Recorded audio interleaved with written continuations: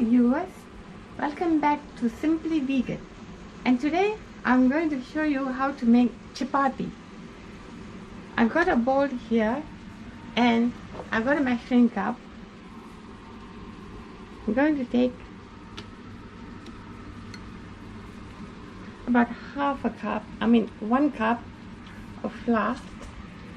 This is atta flour, and atta flour is obviously, you guys know, is wholemeal flour. So I put 3 cups there. So 3 cups will roughly make 12 chapatis. And next what you do, and before that, you just take a cast iron that is preferably for chapatis, and it'll cook beautifully. You let it heat up while you're doing the chapati flour. Okay, I've got this, and I've got about half a teaspoon of salt, and make sure you wash your hand before doing this, obviously. So you mix everything up nicely, and now you take water and just pour it like this and mix. Do it again and mix. It's all coming together, and do it again and mix, and maybe we need a little bit more.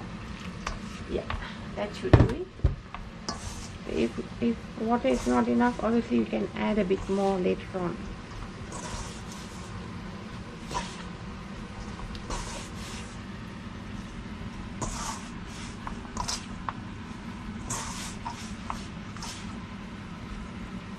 I just need a little bit more water, that much, okay, and give it a good kneading.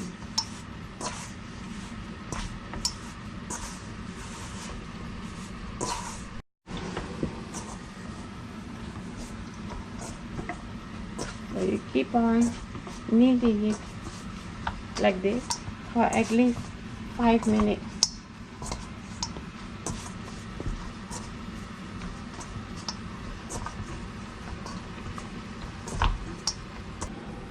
Now that you have been kneading it for 5 minutes, and look at this, when you press it, it will bounce back, and it's ready.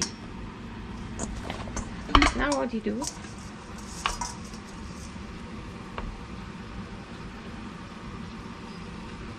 you take some dough and form it like this,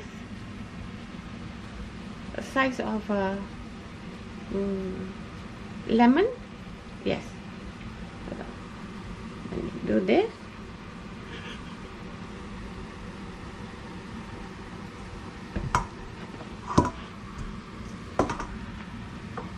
you got some chapati flour, that's atta flour, that's wholemeal flour.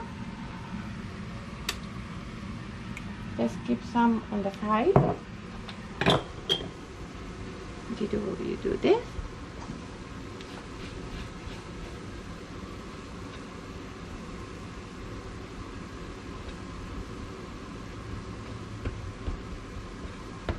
don't be scared of doing chapati, okay? Even if you don't get it the first time, you will get it after a few tries. For instance, my story is, when I first made it, people ridiculed me for flying saucer. The chapati came like a flying saucer, but look at me now. I am, to say it, I'm quite good at it. Now you press this and do this. If it sticks to the board, just put some flour and roll it again. Okay, I've done that. Now we go. See that the cast iron skillet is quite hot. Just you dust off the flour is stuck on the chapati, put it. And the heat must be medium to low. You cannot put it too high, if not it will burn. So let that cook.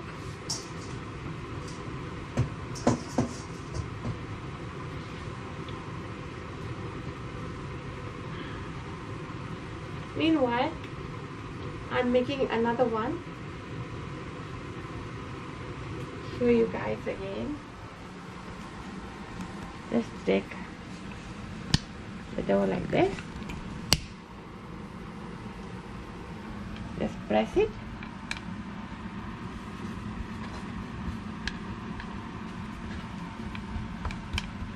Just press it. Take a rolling pin. Don't press it too hard, just lightly. Just add a bit more flour and roll it like this.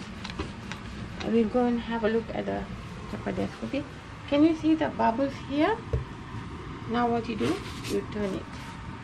Okay, and leave it for a while, and we'll get back here. Do the same thing. If it sticks to the board, just put some flour and dust it off again.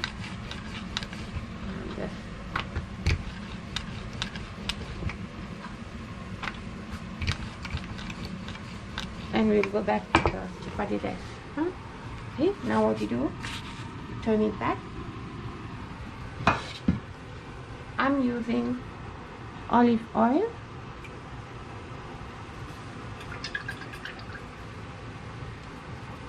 What I do is I drizzle some on the chapati. Just turn it like this. Just give it a little pressing on the chapati. Later.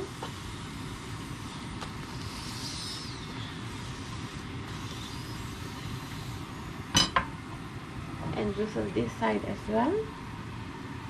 That's it. Turn it again.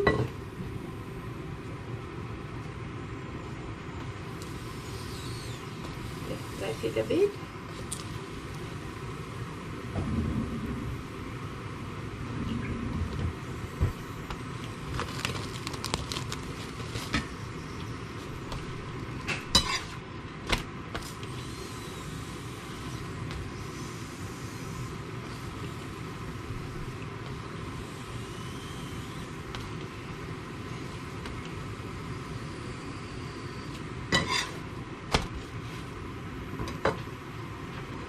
It's done. There you go. Now put it into a serving plate. Just leave it there. And I'll show you another one. Pop it like that. And you can drizzle a little bit more olive oil there. Just leave it.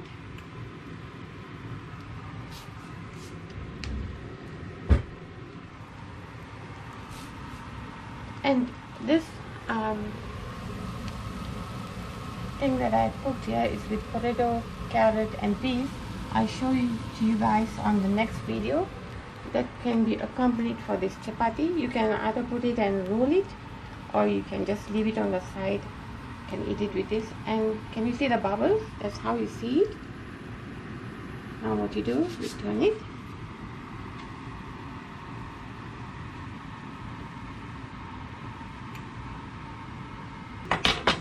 Just drizzle some olive oil again and turn it.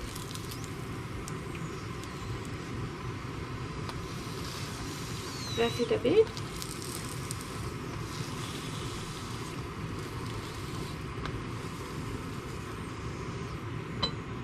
And use a little bit more olive oil.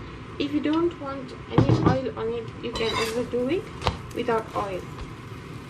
But here my family prefers oil on the chapatis.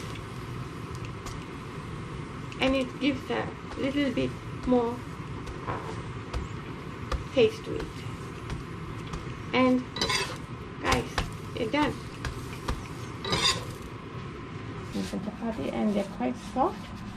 And if you guys like it, please subscribe to my channel, like and share if you want to, and I'll see you again. Thank you.